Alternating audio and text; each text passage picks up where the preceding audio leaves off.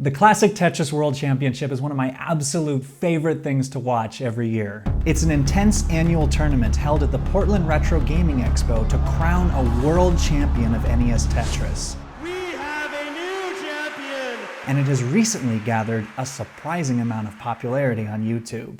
Originally getting a bit of buzz in January 2015 when BuzzFeed made a mini documentary on competitor Eli Markstrom, interest exploded in February 2017 when the YouTube algorithm chose to start aggressively promoting the 2016 tournament in the recommended videos section, culminating with the final round getting over 8 million views to date. In the comments section, a lot of people were surprised and baffled that such a thing even existed. A Tetris tournament? Really? The excitement of the crowd and announcers was almost a source of amusement. Some of the catchphrases of the announcer became memes. Boom, Tetris for Jeff. Boom, Tetris for Jeff. Scores are neck and neck. But as people kept watching, a lot of them found themselves strangely fascinated and were left wondering, why am I finding this so entertaining?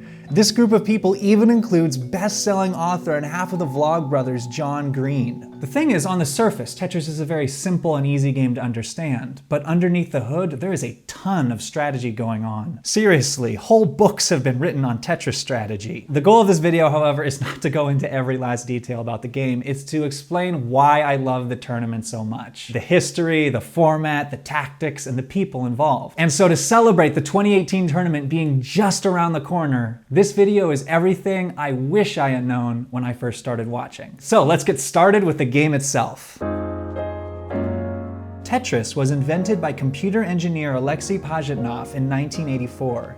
He was inspired by playing with pentamino toys growing up and created a game that consisted of falling blocks called tetraminos, which is the geometrical term for 4 connected squares. All 7 possible tetraminos are in the game, and they are colloquially referred to as the J piece, the L piece, the Z piece, the S piece, the T piece, the O piece or square, and the line piece or long bar. The goal is to stack the tetraminos in a way that creates complete lines.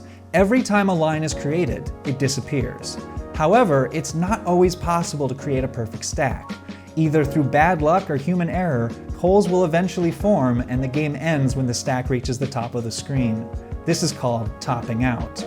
The name Tetris, by the way, comes from the prefix tetra in tetraminos, which in Greek means 4, and from tennis, which is Alexei Pajitnov's favorite sport. Anyways, the basic concept of tetraminos falling and creating lines is the foundation of Tetris, and has spawned hundreds of variations over the several decades since. But the version of the game chosen for the Classic Tetris World Championships is NES Tetris from 1989. Why NES? A lot of players will describe it as a simpler, more traditional, and perhaps purer version of the game. Modern Tetris variations have additional features added over the years, such as up to a 5-piece preview, the ability to slide a piece around on the stack once it's at the bottom, the ability to hold a piece for future use, random piece generators that aren't quite as random, and so on and so forth. In NES Tetris, you have a 1-piece preview, the block locks onto the stack almost immediately, and there's no hold option. You have to use whatever piece you get.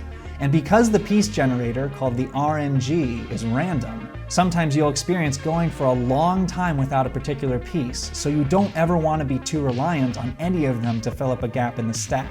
I think at the heart of it, though, is that we're generally attached to the versions of things we originally grew up with. And for a huge amount of people, NES Tetris is the iconic and definitive version of the game from their childhood, as it has sold more than 8 million copies since its release 29 years ago. It was certainly the case with Robin Mihara, one of the founders of the CTWC, who participated in an event as a kid that would eventually serve as the modern tournament's inspiration, the Nintendo World Championships. This was a one-time competition held back in 1990 across 29 cities in the United States.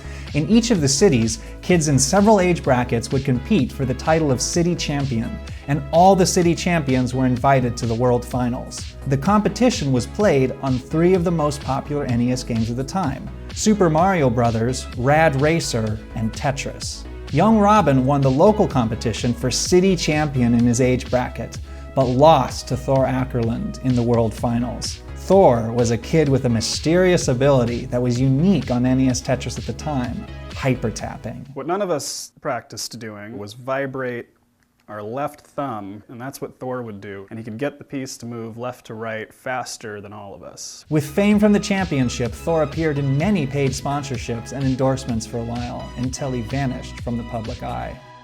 Almost 2 decades later, in 2009, a player named Harry Hong emerged with the first documented game of NES Tetris played to the maximum possible score, 999,999.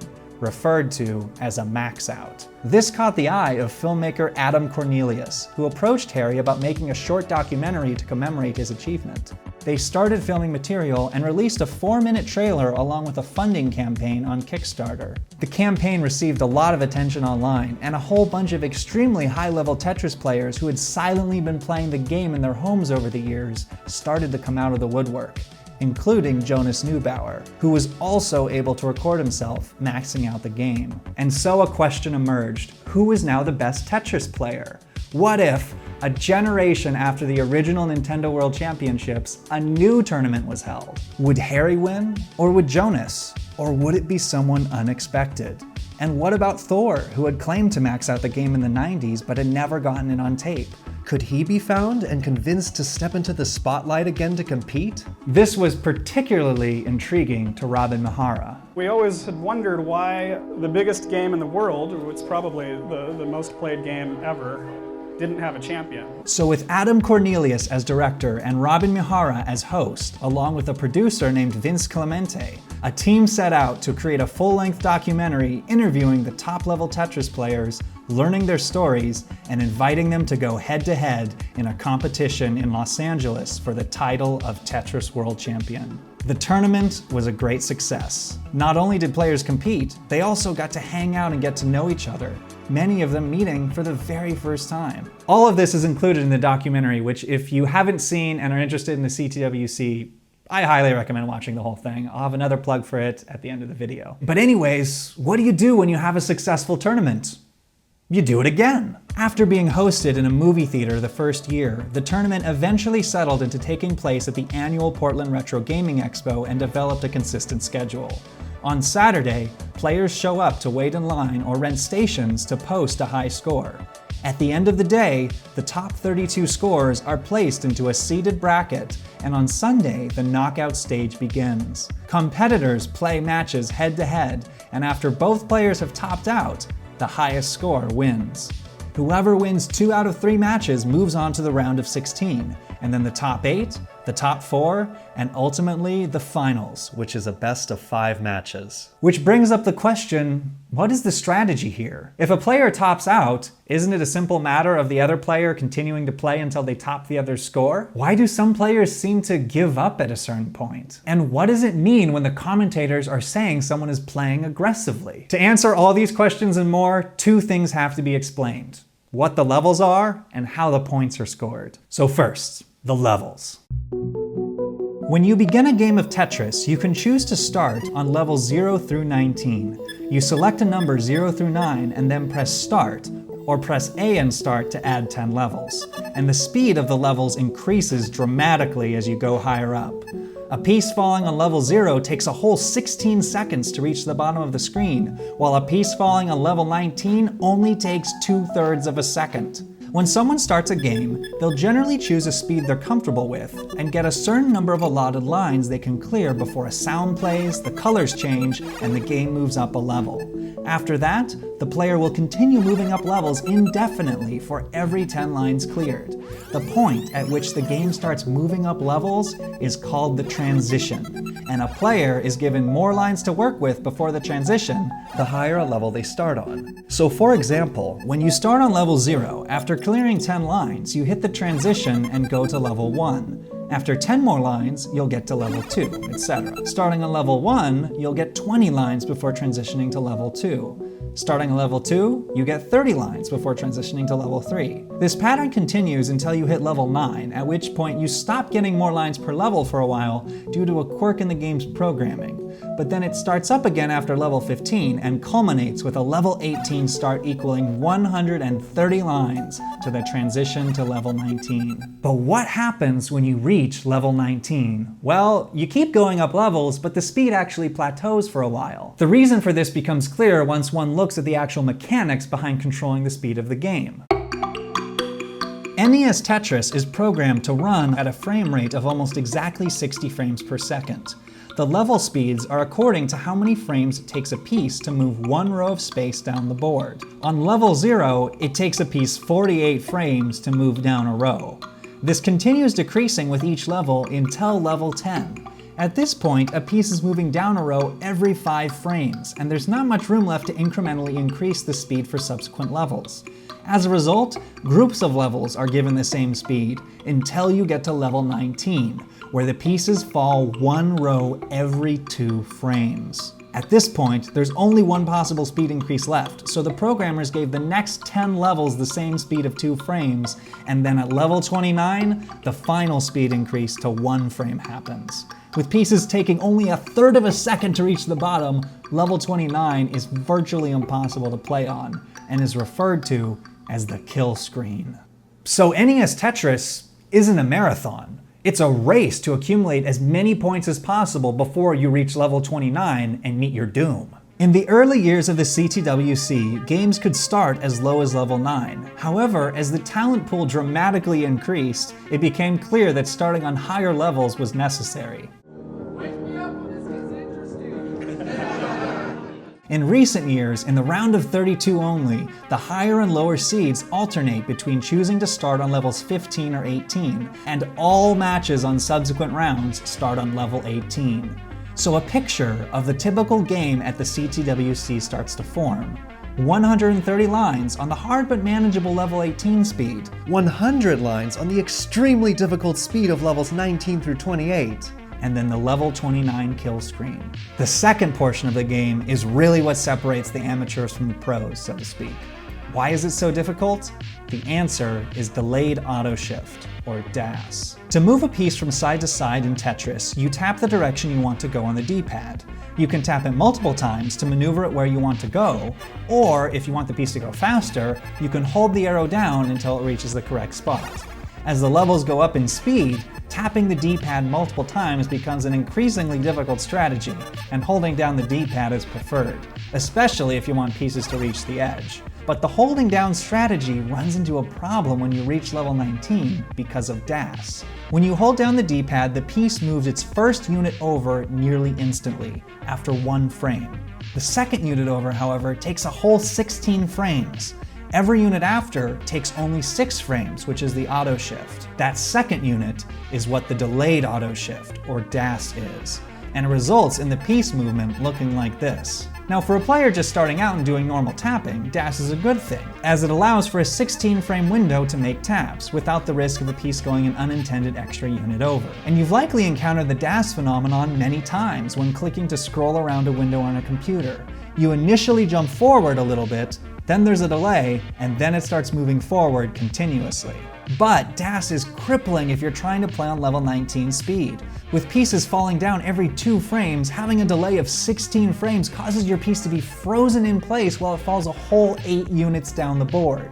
This means your piece can only reach the edge if you start moving it the moment it enters the board and you have nothing stacked at the bottom. If you have any sort of stack, the game is over.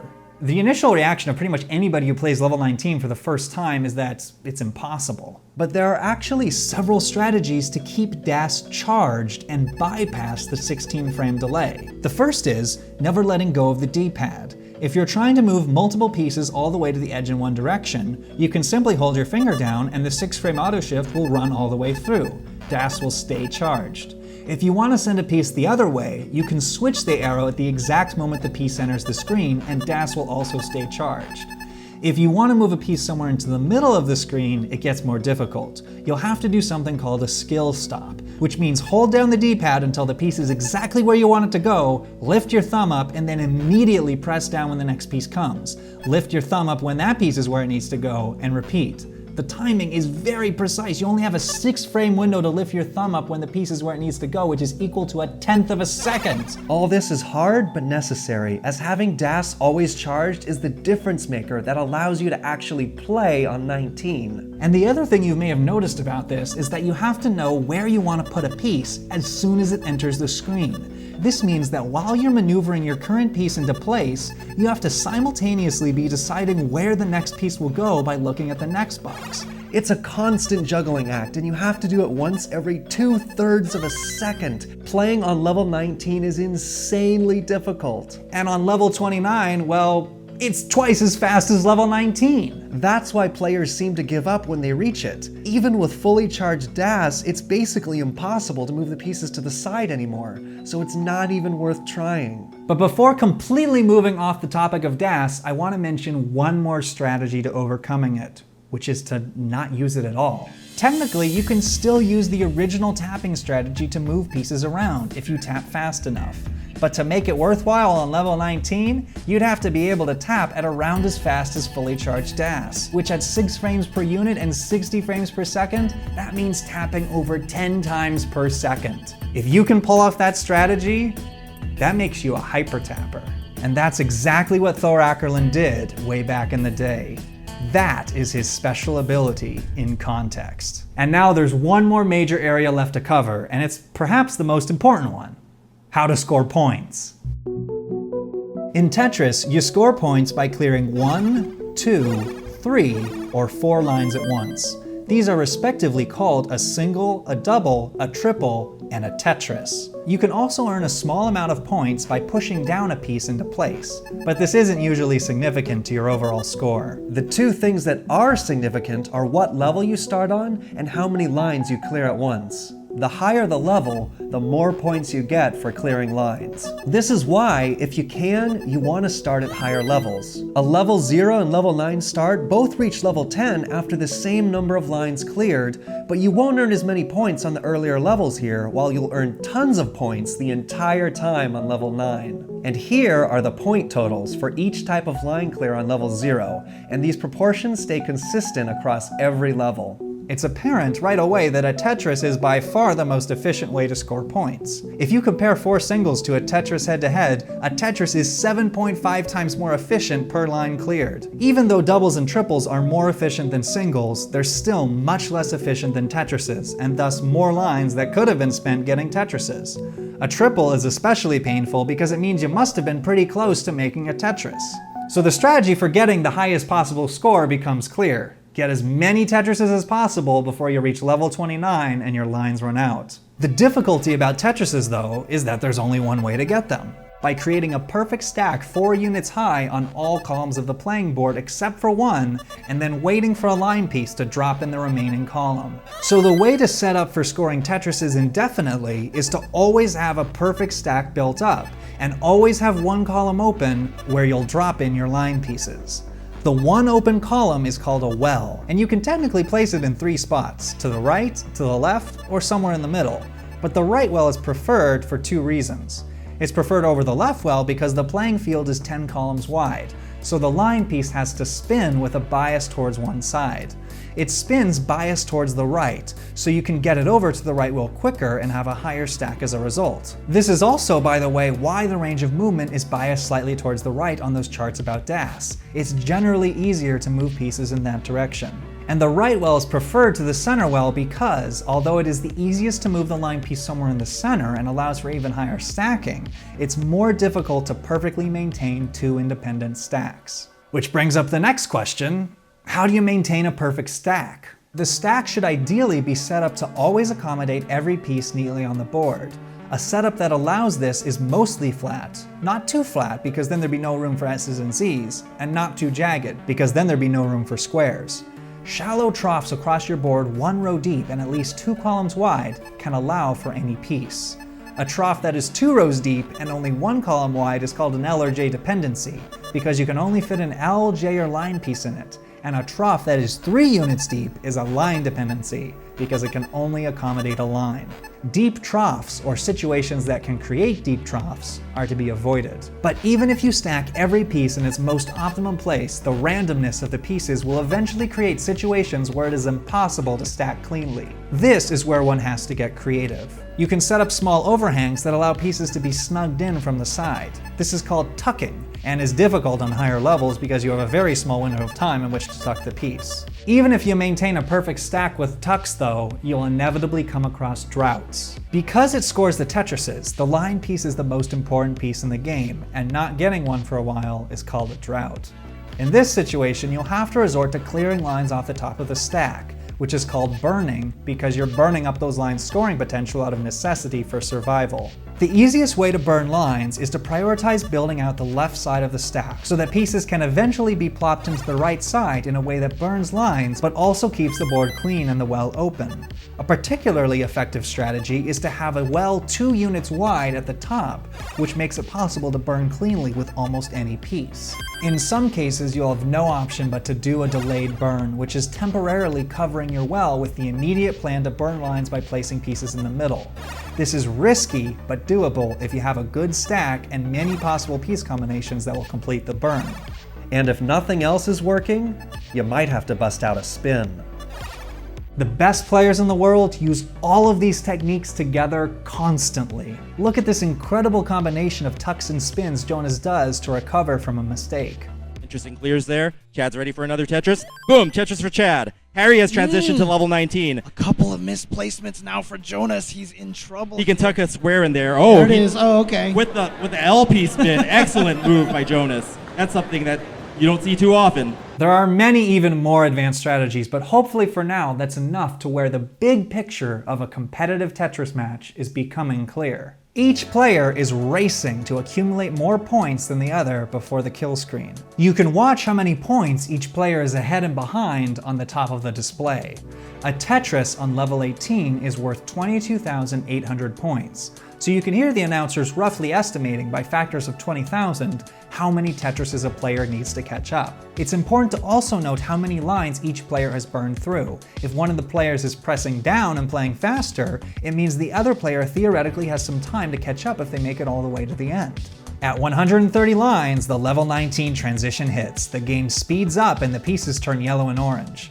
The Tetrises also start becoming worth more points every level. By the time you get to level 28, a Tetris is worth 34,800 points. The constant back and forth battle of players putting pressure on each other to play risky and score more Tetrises before level 29 comes can make for some incredibly exciting finishes. For example, check out the 2017 quarterfinals match between Matt Buco and Harry Hahn. Matt Buco is an amazing player, but against Harry, one of the top 3 players in the world, he is definitely an underdog, and has been eliminated by Harry multiple times before. Harry prefers pressing down, making his playstyle faster, which puts a lot of pressure on his opponents. In Game 1 of a 3-game series, Harry at one point jumps out to an incredible 166,000 point lead, equal to over 7 Tetrises, and is only about 10 lines ahead, meaning that Buco could only score 2.5 Tetrises with those extra 10 lines. Even the announcer says, Buco's gonna have to get way more aggressive. It might actually be insurmountable at this point. Buco fights back admirably, but Harry reaches the kill screen with a 65,000 point or 2 Tetris lead. And Buco only has 15 lines left to score 2 Tetrises. He's forced to burn down, and now only has 10 lines to get 2 Tetrises. Since Tetrises take 4 lines, he can't really afford to burn anymore. You're gonna have to go for a Tetris. It's Tetris or death at this point for Buco. He makes an incredible last-second adjustment to get ready for a Tetris. Just one more to go. 227, 228 lines, 2 lines until the kill screen. Can he do it? Can he do this? Is he going? Oh, he's going for it! There it is! Tetris for Buco, level 29, kill screen. He has done it. Wow! So right here, Upsets. Now, if you've watched all the way to this point, some of you may have a lingering thought. Isn't this all a bit nerdy? And I mean, if you're inclined to have that mindset, you could perhaps call it that, but whatever you want to call it, the phenomenon of the CTWC isn't necessarily unusual at all. Tetris follows a long tradition of simple games with complex underlying strategies and huge followings, which has existed long before video games, such as with the board game chess, or heck, even most major league sports in general. But as with many sports and esports, I think the really awesome part of Tetris, beyond the game itself, has been its ability to bring many amazing players and a vibrant community together. Not only is the annual tournament a huge celebration for everyone involved, many of the top players over the past few years have started live streaming their own practice sessions, forming whole communities of their own. Which is why I want to spend the final part of the video talking a little bit about some of the people who make it all possible. There's Chris Tang, a friend of Robin Mahara and a Sega World Champion from back in the day, who has been the announcer since the very first year. His excitement and passion is what I think really draws in a lot of people when they first watch. And to give context a little bit to his most famous call, Boom, Tetris for Jeff. Jeff was a player who hadn't made it through the round of 16 before and had unexpectedly fought through some incredibly tough competition to make it all the way to the finals, where he was facing multi-time champion Jonas Neubauer. Being an exciting story, it's understandable that his calls for Jeff's Tetrises were perhaps a little more emphatic. Boom, Tetris for Jeff. Boom, Tetris for Jeff. Boom, Tetris for Jeff. Boom, Tetris for Jeff. Boom, Tetris for Jeff. Boom, Tetris for Jeff. Where is the long bar? Are we gonna see it? There's also Trey Harrison, a competitor since not only the very first year, but the 1990 Nintendo Championships themselves. Trey used his skills as a programmer to develop the software that turned the old basic capture of the game screens into the modern HD renderings you see today with the multiple additional features. He was also the subject of a video about a new version of Tetris called Tetris Effect, which went viral earlier this year and has contributed a lot to the recent rise of interest in the tournament. And then there's Adam Cornelius and Vince Clemente, who along with Trey formed the leadership team that organizes the event every year. In addition to creating the original documentary Ecstasy of Order, Adam and Vince also went on to create a short film about the best palindrome artists that is actually also really interesting and worth a watch, and are coming out with a full documentary on the Palindrome Championships next year. Adam Cornelius is also one of the announcers of the earlier rounds of the tournament, and there's one thing he said one time that stuck out to me. And if any of you have any doubts about the skill level of these players, I invite you to go buy a Nintendo and buy a Tetris cartridge and play this game at level 18, let alone level 19. You won't get very far. I took that as a personal challenge. So after years of only watching, I went to my local gaming store and bought a Tetris cartridge, an original NES controller, and a retro gaming console. And on February 17th, 2018, I played my first authentic game of NES Tetris. For the very first game, I will start on level 0, just so I can get a sense of the controls. Alright. Okay, wow, I'm gonna have to do a tuck right away, okay. Ah, dang it, okay, I'm dead. Alright. What score? 65,000. I wasn't very good, but over the months, I continued to practice and push myself to get better until on July 3rd, this happened. Oh, I did it! Yes! Like 4 or 5 months later, I don't know the exact time, but boom! 500,000. Not only did I have my first ever half max out, I finally had a personal best that was higher than the qualifying score for the 32nd seed last year, meaning it might be possible for me to qualify. So I made a decision. I'm going to the CTWC 2018 in Portland, Oregon, October 20th through the 21st. That trophy is gonna be mine!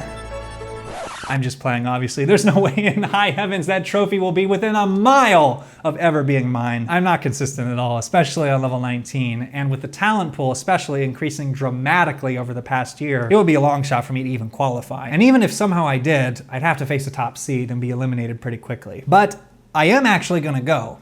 And I am going to try my best to qualify and compete. The primary reason I'm going, though, is just to experience what it's like to attend this event in person. And there's many reasons why this year the CTWC looks to be something special. And then after it's all done, I'll be making a video on what it was like to go.